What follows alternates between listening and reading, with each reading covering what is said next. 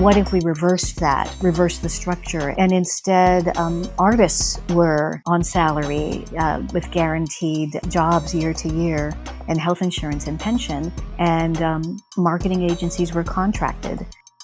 Hello, and welcome to Art Restart, where we explore how artists are reinventing their fields and building a new landscape for the arts. I'm Piercarlo Talenti, the producer and editor of this podcast, brought to you by the Keenan Institute for the Arts at the University of North Carolina School of the Arts. And I am Rob Kramer, founder and CEO of Kramer Leadership, whose mission is to advance leaders for the greater good. So some of you may be a little confused and may be asking yourself, wasn't this podcast called Artist as Leader? Yeah, you're absolutely right. It was. But coming out of the tumultuous year that was 2020, it seemed appropriate to shift the focus of our conversations. As you know, the pandemic wreaked havoc on countless artists' lives and showed how fragile so many existing creative ecosystems are. The nation's long overdue reckoning with systemic racial inequities and injustices also revealed entrenched exclusionary practices in so many artistic institutions. We knew that artists are visionary change agents. We recognize that this nation is due for change, so we thought, hey, let's ask artists what they'd most like to change in their fields and how exactly they go about implementing that change. That's right. So in 2021, we'll focus specifically on the lessons of the past year. We'll be exploring questions such as what did 2020 clarify most needs to be reinvented in the arts, and what might these ideal reinventions look like? So, new year, new president of the United States, new Congress, a vaccination that's rolling out, and a new podcast. Seems only right. So let's get right to it. Piercarlo, who is our first guest on Art Restart? Her name is Seema Sueko, and until very recently, she was the deputy artistic director at the renowned theater company Arena Stage in Washington, D.C. She has long been a fervent believer in the power of communities to contribute to and transform theater, and vice versa. And she's always put her money where her mouth is. In 2004, she co-founded Mo'olelo Performing Arts in San Diego, a theater company whose mission included telling diverse stories researched in and drawn from a multiplicity of communities. She then went on to become the associate artistic director at Pasadena Playhouse, all along directing theater at some of the country's best-known companies. Seema spoke to me from Honolulu, Hawaii, where she grew up and unfortunately had to return a few days earlier to attend to a family emergency. I'm very grateful she still made the time for this interview. I started by asking her to look forward before we look back and tell us about a project in 2021 that she's particularly excited about. Oh, certainly. Thanks so much for asking this. I am engaged as a director on a new musical called Land of Smiles by Aaron Kamler. And the producer is Gregory Franklin, and he's interested in creating it as a podcast musical. And so we're in the process of figuring out how to do that. And that's a very exciting new project for me. This particular musical is set in Thailand, and at first it looks like it's a musical that's about sex trafficking, women who work in these brothels in Thailand, and the Westerners who try to save them. But it quickly reveals that it's a much more complicated issue than that. The women who are working in these brothels actually are choosing to go, some of them, they're crossing the border from Burma because they are part of a minority group called the Kachin people under attack by the Myanmar army. And they are raising money to be able to fund the rebel movement. And so what at first seems very clear cut is far more complex. So it's an exciting project to sink my teeth into. And so it'll be a project that initially, at least, will be not seen on a stage, but distributed via podcast. Interesting. Exactly. Yes. Oh, what a great idea. Well, I'm excited about that too. So let's circle back to 2020. And can you tell me about the most impactful ways in which 2020 affected your life? Yes, 2020 impacted my creative professional life in small ways and big ways. At the start of the pandemic, I was serving as Deputy Artistic Director of Arena Stage in Washington, D.C. It's a position I had held for almost 5 years and absolutely loved. And early in the pandemic, we pivoted. I'm really pleased to say that we pivoted. I realized early on that artists still exist and are still very creative and talented and imaginative, and that audience still exists and they were still hungry for the art, and that the only thing that was broken was the delivery system. And so, with my colleagues at Arena Stage, we created a new delivery system, the Theater Artists Marketplace, which was a way to connect artists, their art, and their artistry with the public with no in person contact through a website where people can commission or purchase a work of art from these artists who graced Arena Stage. So we launched that in the middle of the summer. And again, that was such a pivot for the theater company. We also pivoted and started making films. But along the way, as the pandemic wore on, I started doing some great introspection and values clarification, and really clarified for myself that I wholeheartedly believe in the art form of theater, that it is and can be transformative and can contribute to building healthy and successful communities. But that in order to do that, I recognized in that moment that I needed to more intentionally and deliberately activate my artistry for a public benefit, for a greater good. And and as I was trying to figure out how to do that, we heard from a gentleman named Stephen Grunman, who's a senior fellow at the Atlantic Council, a think tank in Washington, D.C. And he reached out to Arena Stage because he uh, wanted help in creating a theatrical piece in an online format for Veterans Day. And it was a project that excited me. I ended up directing this film called Veterans Day 2020 for this think tank. And I absolutely loved working with the think tank. And I was so thrilled that as we often say theater is so important, but I had hit a point where I was asking myself, important to who? And for the Atlantic Council to reach out to us and say, we want theater and need theater to bridge this gap between veteran communities and ordinary civilians, that was energizing to me. So that led me to embark on a new initiative of trying to activate my art form, animate my work for the greater good, and to try to solve problems. So I sunsetted my position as deputy artistic director at Arena Stage on December 15th, and have embarked on this new initiative. Wow, so it sounds like the year really did make a drastic change, and it sounds like a wonderful change in your personal and professional life. When you look around at the theatrical field in general in America, what is it? Sounds like you're interested in changing the ways you said modes of delivery to bring Mhm. theater closer to audiences, to intended communities. What is it currently in theater that is not, and that is making that more difficult? What a good question. I'll approach this question more from a personal perspective, that part of the value clarification for me was really recognizing the impact that I personally wanted to make, and evaluating what's the best way for me to try to make that, and a recognition that working within a theater organization had been what I did for a good majority of my professional career, but that maybe there were other ways to just try to make a direct impact. So I guess let me see if I can try to answer your Mhm. question in another way. I had a recognition as I looked closer and closer at our organization and at theaters across the nation that the artistic departments in many of these theaters, these large theaters, they're often the smallest departments. And the largest departments might be marketing and communications or the development fundraising department, but the artistic is the smallest.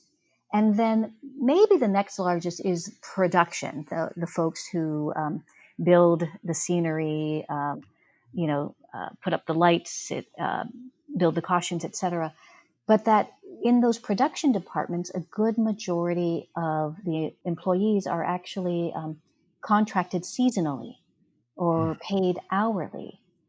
And so as I just started thinking about a budget as a reflection of values, it seemed to me that these structures were undervaluing art and artists and artisans, even though that is what they do, make theater.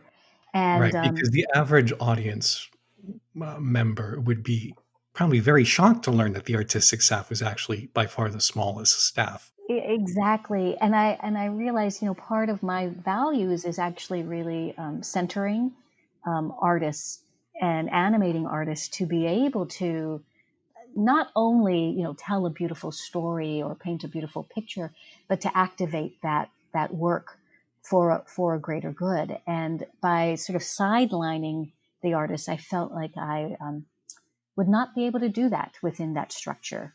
But outside of the structure, and maybe in partnership with the structure, but from coming from the outside, I might be able to have a better chance at fulfilling and living out my values. So tell us, for people who don't know the way institutional theaters work, why is that imbalance currently? Why does it currently exist?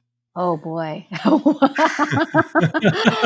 I think we'd probably have to ask a number of people to get an answer to that question. I mean, as these institutions grew, I'm talking about the nonprofit theater Right. model, and marketing and development departments got created to be able to fulfill the needs of a subscription program and help pay the overhead of the building, and I think they just grew to be machines.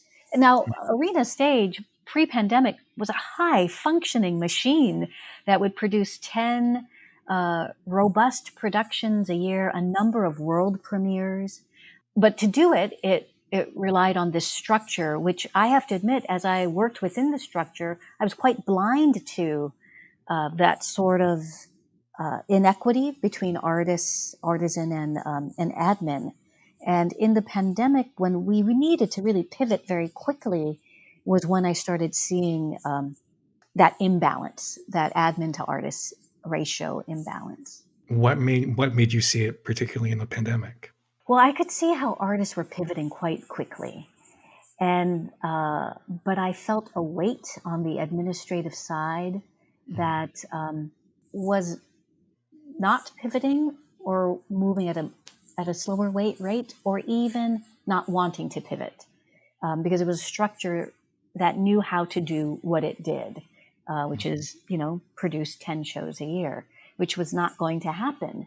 Um, and so there was a reluctance, I think, amongst some on the admin side to pivot, and that internal tension. Um, I guess, like I said, my values were I knew where I wanted to be, and I wanted to pivot. And rather than fight it or try to fix people internally, because I wouldn't want anybody to fix me. I know how impossible that is.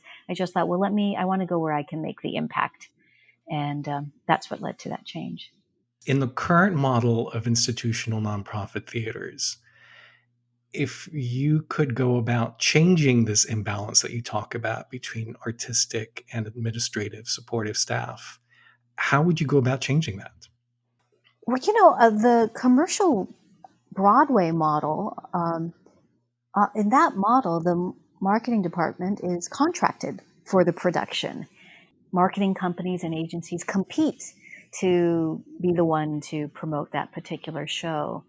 And A Broadway producer who wants to put up a Broadway play mhm, would ask for bids from marketing and advertising companies. yep, He wouldn't have them on his staff or her staff. um, that's my understanding. Yes, exactly. And so, just as we audition actors, we ask for bids from actors, right, to do a show. what if we reversed the structure, and instead artists were on salary with guaranteed jobs year to year and health insurance and pension, and marketing agencies were contracted to compete to help tell the story out to the public and promote a show. So that's one thing to examine: who is on salary and who is contracted, and why. How are your projects, or the way you're envisioning your career going forward? How do you think that might be a useful model for all sorts of theater artists? How could Mhm. what you're doing translate to the field as a whole? Well, I think our field as a whole has always suffered from not having enough job opportunities. Even pre-pandemic, there were never enough jobs for artists, for the number of artists trained in university programs and conservatories, and those also who don't go through those programs. There was a lack of work, and I think part of what I'm trying to do is also surface new employers in different sectors for the artists. So, for example, this project with the think tank, with the Atlantic Council, they funded the making of that film. That allowed us to contract not just me as the director, but 9 actors, a theater sound designer, a theater projection designer, and put artists at work doing what artists do. And so thinking about that, other sectors that might be able to hire artists, employ artists to help them animate their stories, heal their communities, solve problems, but doing what artists do. I had heard a radio story on a woman who was a writer in residence at a hospital, and she had been there before the pandemic. And her work was not to serve the patients as writer in residence, but to serve the staff.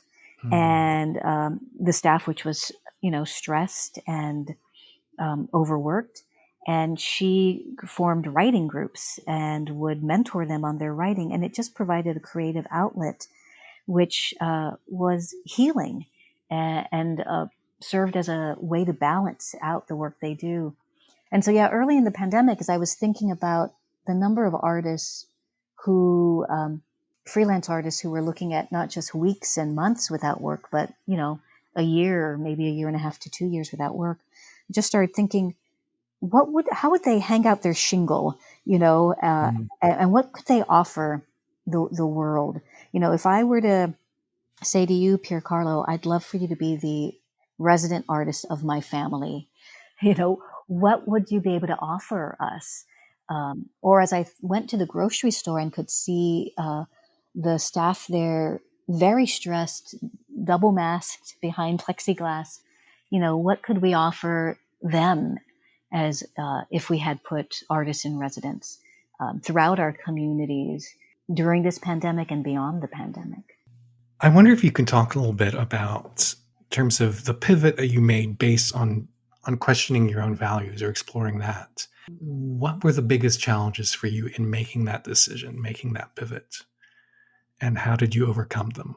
Wow, I hit a point in August where it actually seemed so very clear to me. Yeah, it just felt very clear to me that I needed to make a change, and I spoke about it with Molly Smith. She's the artistic director of Arena Stage. She's my boss, my mentor, and my enduring friend. And when I first shared this this feeling I was having, she was surprised and shocked and sad, But she also, as she heard me speak about this very deep need I was feeling, she could hear that it was so authentic and true, and ultimately was very supportive of me making this change. We, I said to her though, look, it could look very bad if your deputy artistic director, who's a woman of color, is leaving at this moment and to go to uh, not another job, but to just go out into the world, and I said, so let's manage this transition. We're two smart ladies. We can make it a very elegant transition, and so that she isn't harmed that I'm not harmed, and that it opens up opportunities for others at arena stage to flourish. So we spent, that was in August. I think it wasn't until October when we announced it internally and to the board, and then and use the time in those weeks to very deliberately and try as much as possible seamlessly to do the transition. Wow, two adults acting like adults. That's remarkable. Well, Molly is really a remarkable a woman and leader, and we have the kind of relationship where we can be honest with one another and speak our truths. And that's all kudos to her, because that's how she leads, and how she taught me through the years that I've known her. Wow, nothing like a national crisis to make you re-examine your values, huh? One thing really struck me. I can really attest from experience to what she's saying about this counterintuitive balance or imbalance in the staffing of regional theaters. At the theater where I worked for many years, if you as a stranger had been dropped into our administrative building and you'd just been asked to wander around and guess what kind of business this was, based on what people were actually doing in the building, you would have guessed we were in the business of fundraising, not making art, because in fact, the fundraising department was larger than the artistic staff by orders of magnitude. When I reflect back on entering those buildings, unless you happen to stumble upon the theater space itself, it might look like any office building or just administrative building or an academic building that you would see anywhere. It would not be immediately apparent that it's a theater space or an artistic space. Yeah, so it seems intuitive and right that we should find ways to center artists in artistic institutions and let them earn a living. But speaking about the way she re-examined your values, Rob, you're a leadership expert and coach, and of course you frequently help individuals make the kind of career pivots that Seema has made. How does an artist who may not yet have as clear a vision as Seema take stock of her values and then go about making a change to honor those values? Yeah, that's a really great question. And I do get that a lot with my clients. Sometimes they're clear they want to make a change. Sometimes they're not until we start talking about where they are, either in terms of the phase of their career or even the phase of their life. But it's a pretty common topic that'll come up with my coaching clients. So as this becomes a little more surfaced for folks, something I'll often ask clients to do is what I call a values self-assessment. And as an example, I'll share with you one method that I do. I'm happy to share with our listeners. Good. So, Who yeah. doesn't love homework? Good. Well, Transformational homework. We'll take it. some free coaching for you. So divide a sheet of paper into 3 columns. And in the first column, you'll list as many things as you can that you value about your work. And so that's a living document. So at first you might just list out, I don't know, 10, 12 things. But as you think more, the list could get longer. So it's living and breathing. You can constantly add to it. But you list out what you see as what the things you value about your work. And then in the next column, you do a gut check and you ask yourself on a 1 to 10 scale, as I look at these items in the first column, 10 being high, how much do I value this value? So if I value it tremendously, the highest possible, I give it a 10. If I sort of value it, I might give it a 3 or a 2. You just sort of do a gut check. Don't overthink it. And so you give those numbers for each of your values. And then you go to the third column. And in the third column, you then ask yourself again on a scale of 1 to 10, how well am I doing at getting each of these values met?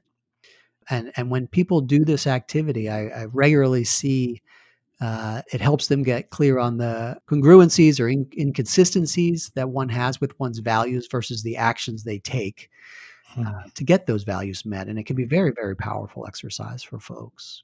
Additionally, I would ask the client to explore questions perhaps like at this chapter in your life, what's in your control?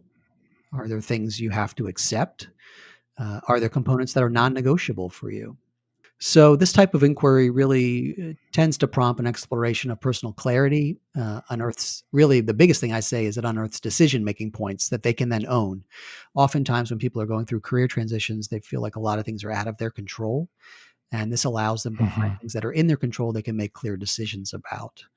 And so once we start to get to those, then we can start considering what are the possibilities and barriers of each of those transition markers and what might be next steps for them. And of course, Seema was working for what seems to me a remarkable leader who didn't immediately get defensive. Yeah, helps a lot. So there's a lesson there for leaders and bosses Yes, to actually work with your workers who are wanting to adhere to their values rather than panicking and retrenching into defensiveness. agreed. And some of the best leaders, you may have heard this, Pierre Carlo, will often say that when they hire people, they have the expectation they're going to help develop them so that they can eventually move on. They're not trying to hire them to Mm, keep them and hoard them forever, but their job is right. to really grow their capacity so they can move on to the next great thing for themselves. Well, I can't wait to see what Seema does and the way she inspires others to change this mode of delivery Yes. to audiences. Yes, me too. Please make sure to subscribe so you'll be alerted when our next episode airs. You don't want to miss it because we'll be interviewing the internationally renowned conductor, Marin Alsop. Who has been a visionary throughout her career, so I can't wait to hear what she'd like to restart and how. Our theme music is by Shanghai Restoration Project. I'm Piercarlo Talenti. And I'm Rob Kramer. Thanks for listening.